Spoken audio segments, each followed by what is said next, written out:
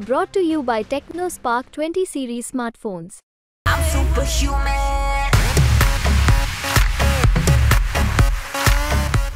बिहार के लोग अच्छे से उनको जानते हैं, यहाँ चलने वाला नहीं है किसी का। ऐसा तो नहीं कि पूरे विपक्ष का बोझ आपके कंधों पे इसलिए पीठ अब दिक्कत दे रही है। सबसे बड़ी जिम्मेवारी है कि अपने संविधान लोकतंत्र को बचाने की, और ये सिर्फ तेजस्वी के कंधे पे नहीं है, हर एक नागरिक के कंधे पर है। पीएम की लोकप्रियता की वजह यह है कि महिलाओं को लगता है कि भाई रिटर्न टू जंगल राज का आरोप लगता है। ऐसी बात होती तो सिंगल लार्जेस्ट पार्टी हम क्यों होते। कल आप हमारे रैली में आए थे, ऐसा क्या देख के आपको डर लग गया कि अदर कास्ट के लोग वोट नहीं देंगे? कि नीतीश जी के लिए दरवाजा खुला है, आपकी टीम में फिर बैटिंग हो सकती है या फुल बंद है? प्रेडिक्ट किया है कि 2024 तक उनकी पार्टी खत्म हो जाएगी।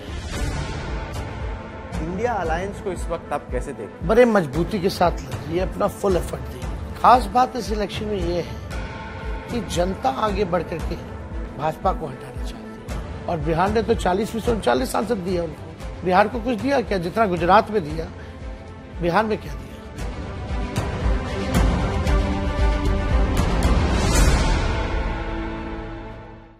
नमस्कार। बिहार की राजनीति इस वक्त अगले दौर के नेता की तलाश में है, और उसमें सबसे आगे नाम और चेहरा तेजस्वी यादव का है। इस वक्त हम उनके निवास पर हैं पटना में।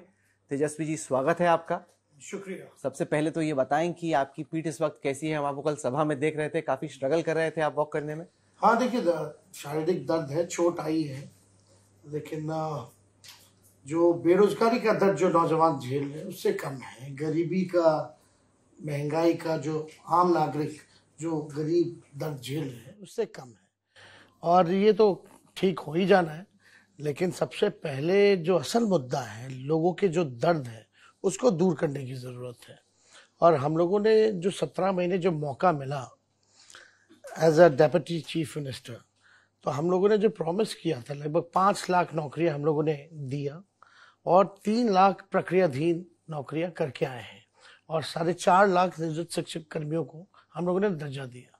तो लोगों को एक विश्वास है। ऐसा तो नहीं कि पूरे विपक्ष का बोझ आपके कंधों पे इसलिए पीठ अब दिक्कत दे रही है? नहीं, हम तो देखिए पिछली बार भी 20 में सबसे ज्यादा रैलियां किए थे, और लगभग एक दिन में 19 रैलियां हमने किया है।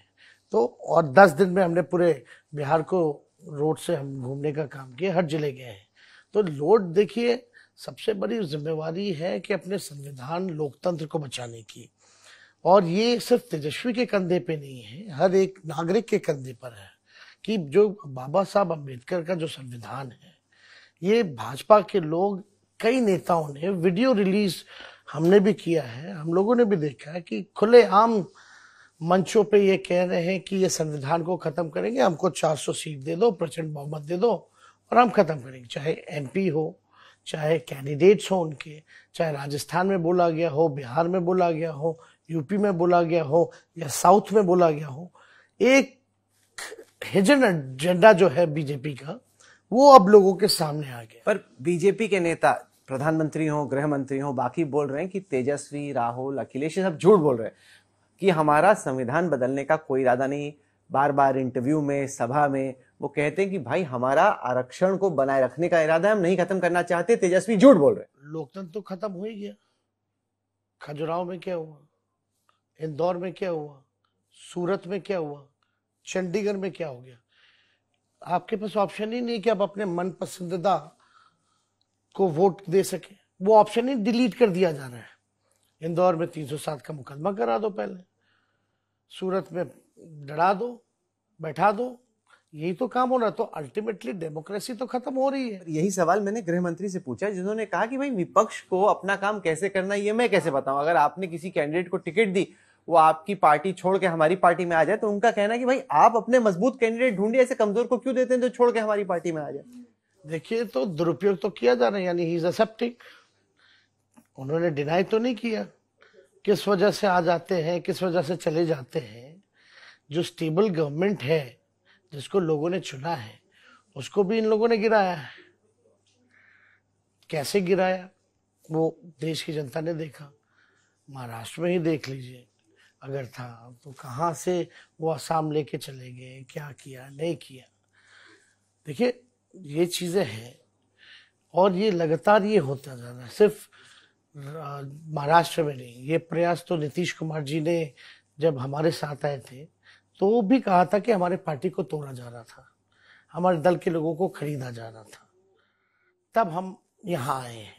और उससे पहले भी बिहार में मुकेश सहनी जी के खुद के अलायंस की पार्टी को क्या जरूरत पड़ गई थी बीजेपी को लेने की? फिर मुकेश सहनी जी के 4 जो एमएलए थे वो तो एनडीए में ही थे, तो उनके विधायकों को क्यों लिया गया? तो this is a very dangerous pattern. आपने इस सवाल का जवाब नहीं दिया जो आप कह रहे हैं कि सरकार अगर बीजेपी की बनती है तो संविधान बदल देंगे। बीजेपी वाले बोल रहे हैं नहीं भाई, आप लोग जब आएंगे इंडिया अलायंस वाले, आप मुसलमानों को आरक्षण देना चाहते हैं धर्म के आधार पे, हमारा संविधान बदलने का कोई इरादा नहीं है। 17 महीने हम डिप्टी चीफ मिनिस्टर हैं, हम लोगों ने कास्ट बेस्ड सर्वे कराया। सेंट्रल को तो 21वीं सेंसस करा लेना चाहिए था, वो अब तक नहीं हुआ। कास्ट बेस्ड सर्वे के बाद हम लोगों ने क्या किया? आरक्षण की सीमाओं को बढ़ाया, 75% आरक्षण हमने बढ़ाया। और किनका बढ़ा? ओबीसी का, ईबीसी का, एससी का, एसटी का और ईडब्ल्यूएस था एज इट इज। तो इसमें तो सबका बढ़ा है, हमने छीना कहाँ है? किसी और को कहाँ एक कम्युनिटी को दिया है? हमने तो सबको दिया, जिसकी जैसी संख्या थी उसी हिसाब से हम लोगों ने दिया है। आप ये कह रहे हैं कि वो लोग आरक्षण और दूसरी बात, आरक्षण के विरोधी इसलिए है क्योंकि हम लोगों ने उसके बाद कैबिनेट से हम लोगों ने प्रपोजल भेजा गवर्नमेंट ऑफ इंडिया को कि ये शेड्यूल 9 में डाल दो 75% जो आरक्षण है, अब तक नहीं डाले हो। तो आज बीजेपी के लोग जाकर के चैलेंज कर देते हाई कोर्ट में।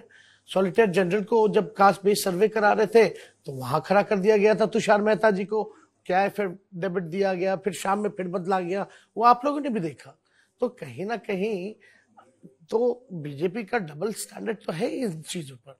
तेजस्वी जी, हमने आपकी सभा देखी मुजफ्फरपुर में, बहुत भीड़ थी, युवा लोग बहुत थे, जोश था, हुजूम था, लेकिन ऐसी ही भीड़ पिछली बार भी थी जब आपकी मेजोरिटी से आप काफी पीछे रह गए।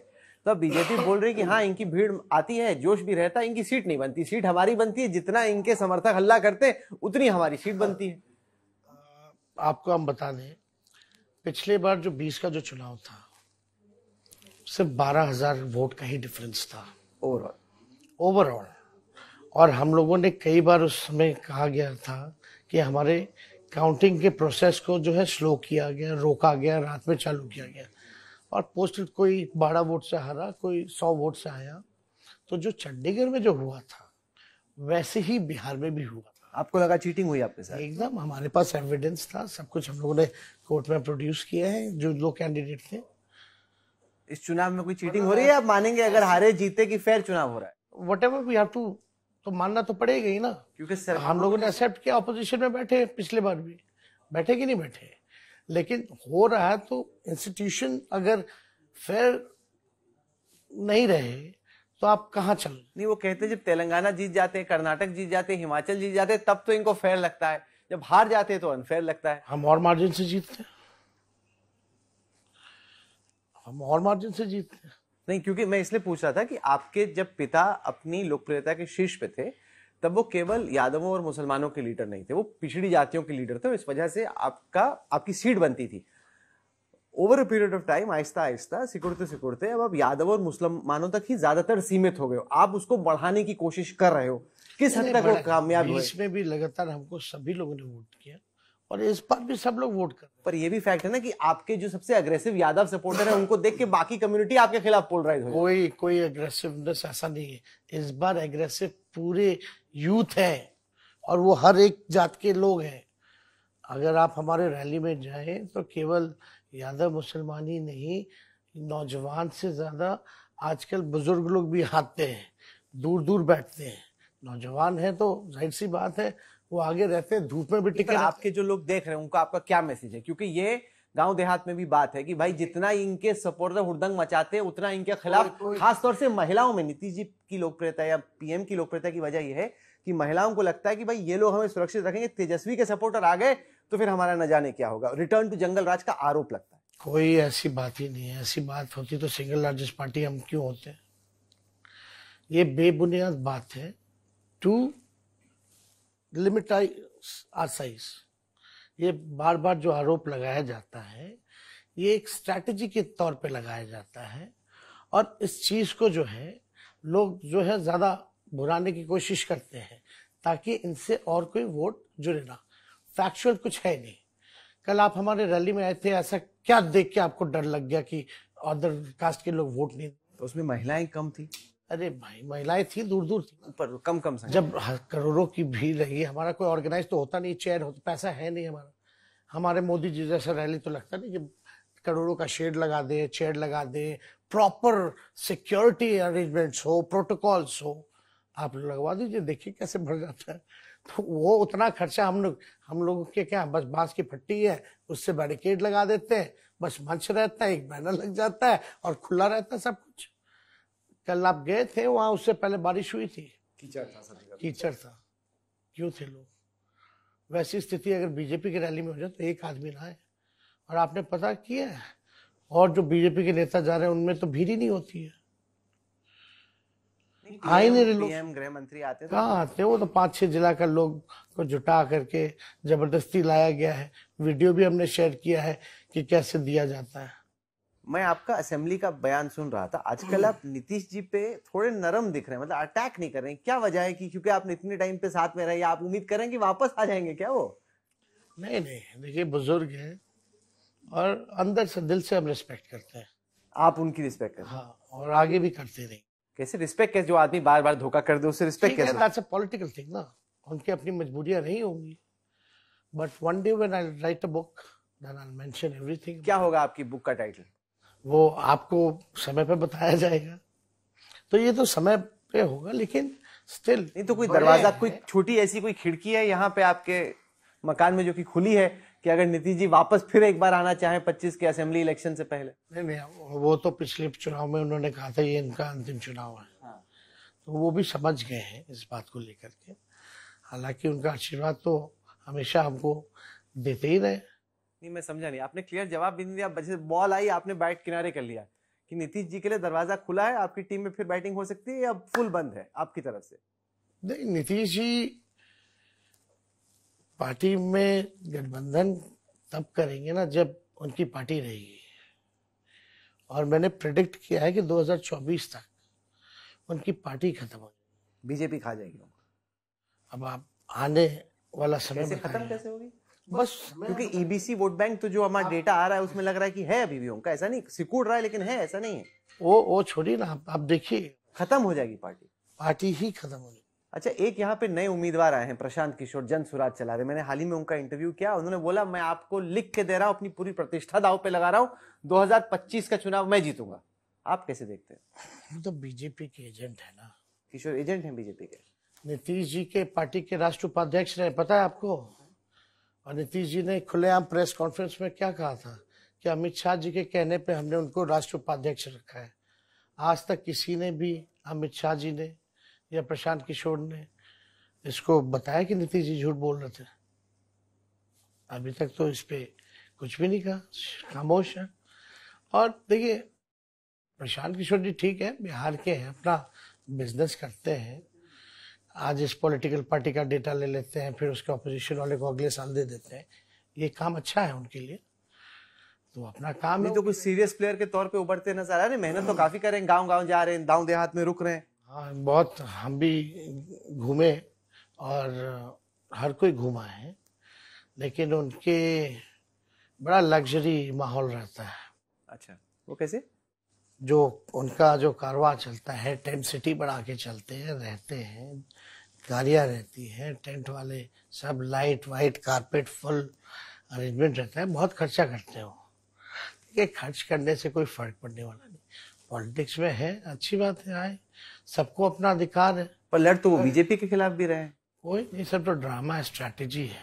स्ट्रैटेजिस्ट है तो स्ट्रैटेजी अपना कर रहे हैं बीजेपी से, hidden backdoor.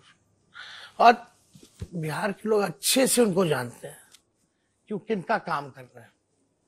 Bihar is a political state, यहाँ चलने वाला नहीं है किसी का। आपका सबसे बड़ा दावा है कि मैं नौकरियां लेके आऊंगा। आपने 5 लाख नौकरियां देने, सरकारी नौकरियां देने की बात बार बार अपने भाषण में भी कही। आज सुबह हम सम्राट चौधरी जी से मिले, उप मुख्यमंत्री हैं बीजेपी के। वो कहते हैं भाई जब ये नौकरियां दी गई, नीतीश कुमार चीफ मिनिस्टर थे, तेजस्वी यादव तो वन ऑफ द मिनिस्टर्स थे, वो ऐसे कैसे कर रहे हैं कि जाके उन्होंने बोला कि पूरा काम हुआ था, उन्होंने केवल नौकरियां एंड में आके बांटी, अब वो क्रेडिट ले रहे हैं। सबसे पहले आपने किसके मुंह से सुना था 10 लाख देने की? वो तो आपका वादा था। है ना? ये 17 साल से क्या कर रहे थे? नहीं, वो कह रहे हैं हमारे राज में ही बढ़ी एक सारे पेपर लीक होते थे, कभी हुआ ही नहीं। सब लोग आंदोलन पे रहते थे, रोड पे रहते थे। और नौकरियां की जो नियमावली जो है, सबसे ज्यादा नौकरियां कौन से डिपार्टमेंट में है? Education department. किसका मंत्री था? आरजेडी का। डिपार्टमेंट प्रपोजल बनाता है ना, नियम कौन बनाता है? डिपार्टमेंट बनाता है। प्रस्ताव कौन कैबिनेट लेके जाता है? डिपार्टमेंट लेके जाता है। हम लोगों ने समीक्षा करके नियमावली बना करके ये काम किया है। इतना तो ठीक है, मुख्यमंत्री है तो अच्छी बात है ना। वो जो कहते थे असंभव है, यही नीतीश कुमार जी 20 के चुनाव में कहते थे, कहां से लाएगा नौकरी, असंभव है। तो वो संभव कैसे हो गया 17 महीने में? इसके लिए आपको ताली खूब बजती है, मैंने देखा। पर ये लिमिटेड आइडिया नहीं है। अगर आप सबको सरकारी नौकरी ही प्रॉमिस करोगे, कितनों को दे पाओगे? बिहार में जितनी युवा आबादी है, केवल सरकारी नौकरी को प्रॉमिस नहीं हो सकता ना। अभी विपक्ष के लोग गवर्नमेंट ऑफ इंडिया में आ जाए, 1 सेकंड में 30 लाख नौकरी हम देंगे। कहां से लाएंगे? ऐसे खाली पद है। हाँ? खाली पद है, रिक्त पद है, भर देंगे। नहीं, पर सरकार तो ब्लोट होती रहेगी ना, मोटी बजट होती तो रहेगी। है ना उस 30 लाख का, तभी तो क्रिएटेड है ना पद। जितनी कम लोगों के साथ सरकार चले उतना हम बेटर। तो बोल रहे हैं 1 सेकंड में लाके दे देंगे। मैं बोल रहा हूँ जितने बिहार में किया ना, लोग कहते थे कि कहां से लाएगा, कहां से लाएगा। फिलोसॉफिकली जितने कम लोगों से सरकार चले उतनी सरकार एफिशिएंट होगी। जितने भर भर जाएंगे, आपको तो ताली पड़ जाएगी, वोट मिल जाएगा, पर सरकार तो मोटी होती जाएगी। हाँ, सरकार जैसे बेच रही है, रेल बेच दिया, सेल बेच दिया, भेल बेच दिया, LIC बेच दिया, दूरदर्शन, सब कुछ तो बचा गया। तो बेच दो, प्राइवेटाइज कर दो, आरक्षण खत्म कर दो, है ना। ये तो बड़ा अच्छा तरीका आरक्षण खत्म करने का कि प्राइवेटाइज कर दो।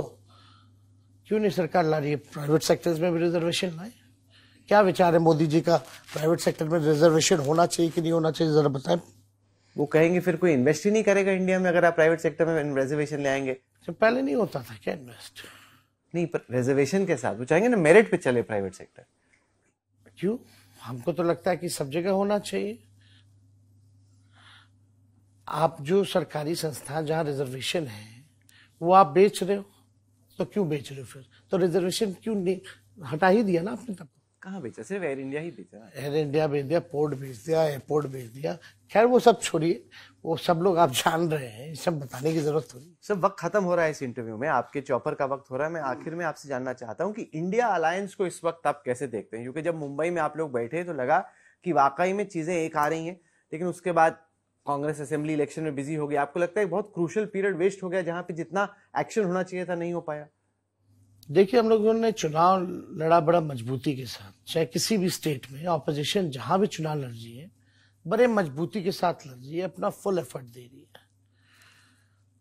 पहले हम सब लोग तो अलग अलग थे और हम लोग इंडिया अलायंस बना करके एक हुए, और उसके बाद पटना से हम लोगों ने रैली की शुरुआत की और हर जगह हम लोगों ने रैलियां की। तो लोगों का प्यार और समर्थन मिल रहा है। खास बात इस इलेक्शन में ये है कि जनता आगे बढ़ करके भाजपा को हटाना चाहती है। जनता जो है वो परेशान हो चुकी है इस मौजूदा सरकार से, गरीबी से, महंगाई से, बेरोजगारी से। और प्रधानमंत्री तो अजीब अजीब भाषण दे रहे हैं। बिहार आए, कितनी बार आ गए आपको अंदाजा है? 12-13 बार आ चुके हैं। मेहनत कर रहे थे, अच्छी बात है, लेकिन मेहनत कर रहे तो बताना चाहिए ना 10 साल में बिहार को क्या दिया। लोग आता है तो ये भी तो जानना चाहते हैं ना, प्रधानमंत्री आए तो बताए 10 साल हमने क्या किया, या फॉर नेक्स्ट 5 years ये क्या करेंगे। इस पे तो बोलते ही नहीं है प्रधानमंत्री। और बिहार ने तो 40 में से 39 सांसद दिए उनको। वो हर चीज तो गुजरात दे देते हैं, बिहार को कुछ दिया क्या? जितना गुजरात में दिया, बिहार में क्या दिया? एक बड़ी चीज बता दो। तो आप ही की सरकार थी ना। मिस इन्फॉर्म्ड प्राइम मिनिस्टर है, बोलते हैं कि एम्स का दरभंगा चालू हो गया। वो इतने मिस इन्फॉर्म्ड प्राइम मिनिस्टर है कि उनको पता नहीं कि डिस्ट्रिक्ट का कैपिटल नहीं होता। अगर ये तेजस्वी बोलता तो आप लोग कितना मजाक उड़ाते। वो कहते हैं कम से कम हम हैं तो सही। इनमें से नहीं कौन भैया, आप बनेगा बताओ कि ना। तेजस्वी जो 1 साल, आदमी- राहुल 1 साल, आप अखिलेश छोड़िए ना वो बात। प्रधानमंत्री को ये क्यों नहीं पता कि डिस्ट्रिक्ट का कोई कैपिटल नहीं होता? डिस्ट्रिक्ट हेडक्वार्टर्स टाइप का रहता है वो, शायद कैपिटल तो नहीं, हेडक्वार्टर्स बोल रहे हैं। वही डिस्ट्रिक्ट की का नाम जो होता है वही डिस्ट्रिक्ट मोस्टली। जैसे वैशाली है तो हेडक्वार्टर जो होता है वो हाजीपुर है ना। तो कैपिटल कैसे हो गया? तो ये प्रधानमंत्री जी की ज्ञान है। और राहुल जी अगर ये बोल देते, हम बोल देते, तो आप लोग तो एकदम दिन भर न्यूज चैनल पे ये दिखाते रहते हैं। लेकिन वो दिखाना ना चाहिए कि जो 15 साल मुख्यमंत्री रहा, 10 साल देश का राज किया, जिला के बारे में जानकारी नहीं है, तो वो क्या देश चलाएगा? वो तो टेलीप्रॉम्प्टर में जो दे दिया जाता है, और टेलीप्रॉम्प्टर गलती से इधर उधर हो गया तो फंबल हो जाते हो। तो ही इज वेरी मिसइन्फॉर्म्ड। आखिर में आपके हिसाब से आपका क्या एवोल्यूशन हुआ? अगर अगले असेंबली इलेक्शन में आपको लगता है आपकी इतनी मैच्योरिटी हो गई है कि आप राज्य, इतना कॉम्प्लेक्स राज्य खुद चला पाएंगे, या अभी भी थोड़ा आपकी जर्नी बन ही रही है या बन चुके हैं, पक रही है? Whatever we had promised in 2020, we almost did it in 17 months. Caste based सर्वे हमारा एजेंडा था। स्वयं सहायता समूह का मानदेय को दुगुना करना हमारा एजेंडा था। हमारा एजेंडा नौकरी देने का था। 5 लाख दिया और 4.5 लाख नियोजित शिक्षक कर्मियों को राजकीय कर्मी का दर्जा देने का था, वो भी हम लोगों ने किया। हम लोगों ने आईटी पॉलिसी बनाई, स्पोर्ट्स पॉलिसी बनाई, टूरिज्म पॉलिसी बनाई।